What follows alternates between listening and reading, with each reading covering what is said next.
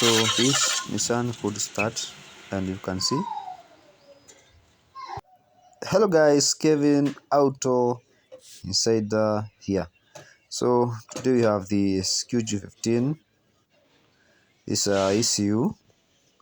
You see the car could not start due to misfire for ignition coils, and now here we are in the process of diagnosing the faulty pattern issue so that the car can now work very well. So in case you have a ECU that needs to be checked on, remember you can reach out to us and we will sort you big, and the car will be back on road very well. So now we are fixing the faulty parts,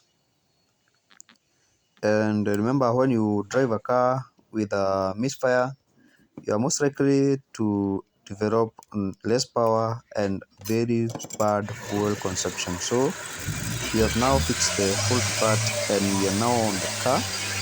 You see now the car is running very well. So you see, as I try to rev,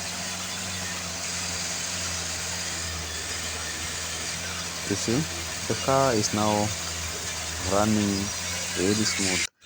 We are going now to hit the road and see the behavior of the car when it's on the highway. So in case you need ECU repairs, programming, roast keys, and also tuning, remember to reach out to Auto Inside Motors. Thank you.